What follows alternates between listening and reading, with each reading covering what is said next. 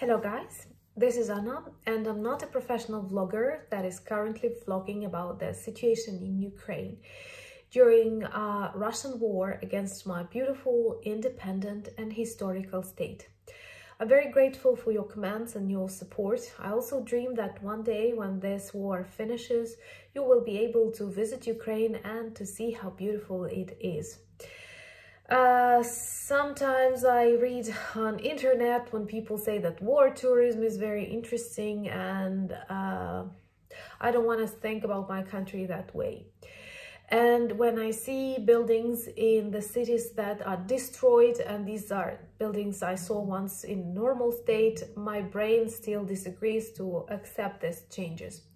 I also thank you for the advice that you give, for example, about the sky closed, about Ukraine, and from what I see locally is that our politicians ask for various options, and sometimes it's really difficult to make other countries help us, and I understand it from the perspective of those countries because they don't want to provoke Russia. But once again, I believe that Russia does not need provocation. All the provocations happen in the Russia's dictator head. I do tend to focus on some political, some, I don't know, logistical aspects of this war. But today I want to speak about the cities that suffer the most. And city number one is Mariupol. I have never been to Mariupol, but this is a beautiful city on the banks of the Sea of Azov. And this city has more than 400,000 people. I guess close to 100,000 people left it before or just at the beginning of the war. Now the city is totally blocked. People cannot get access to water, gas, electricity, and you know it is still cold. My nose tells you it is still cold in Ukraine. And they drink technical water. They melt snow because the east of Ukraine is a little bit colder and they have more snow. All the shops are closed or robbed or destroyed by Russian soldiers, and they bomb it. Close to 100 bombs fell on the buildings of Mariupol. According to the official data, almost every building has some kind of deconstruction, or I'm sure I'm right saying that. People are not given the right to bury those that are killed. More than 20,000 people might have died there. So it is almost every 12th. I cannot imagine that. Those pictures of those videos of the hospital, maternity hospital bombed, that was also from Mariupol. And yesterday we had very tragic news, and it was really difficult, like, to eat and to go to bed, even if it's not happening in your town, but it's happening in your country. And I think it has to be bad that it is just happening on this planet. In the center of Mariupol and in many centers of Ukrainian cities, the theater was situated, the drama theater, and inside of this theater it was a shelter for women and children and old people, and they were hiding there from bombings. And you can find it on the internet if you're interested. I can provide links, by the way. I don't do it, but if there is a need, I will provide links, and not on Ukrainian media. If you don't trust us, I can use like British, American, international, political, or whatever. But you can find that by yourselves.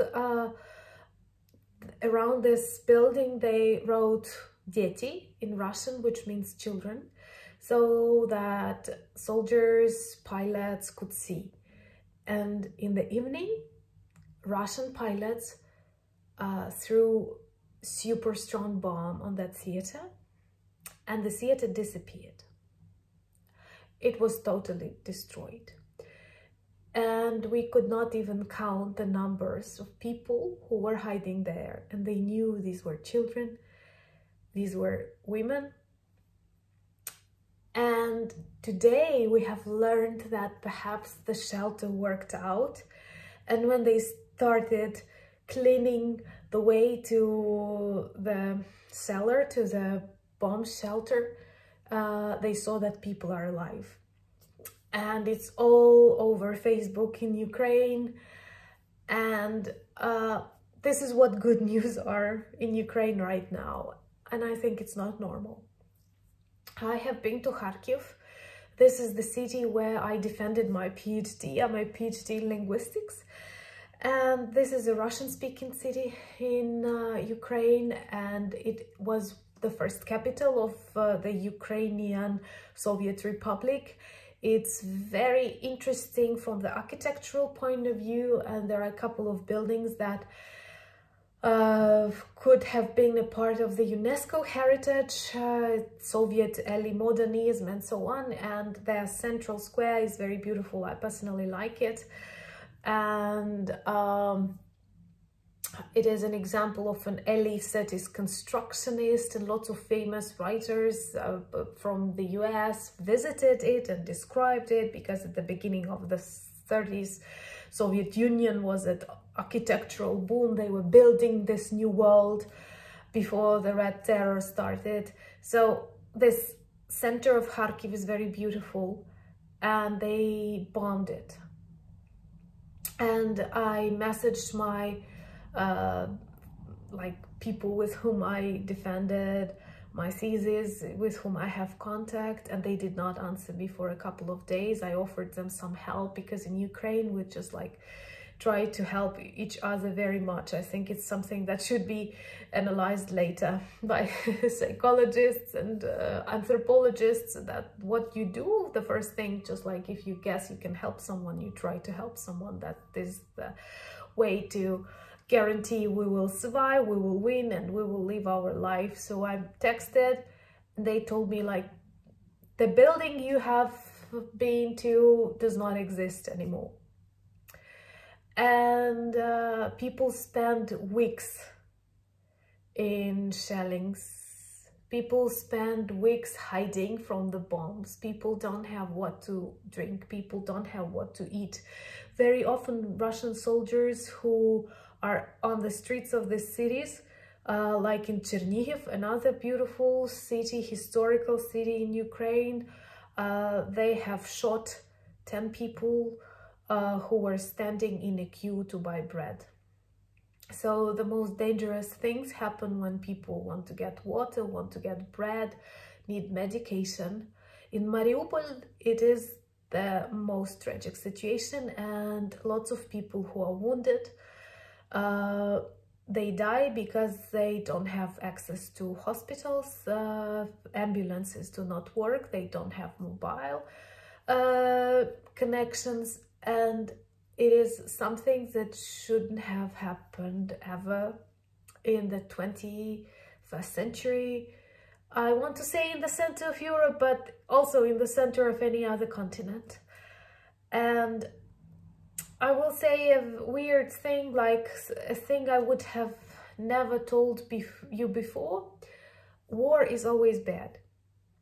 Of course, it goes without saying that all wars are evil.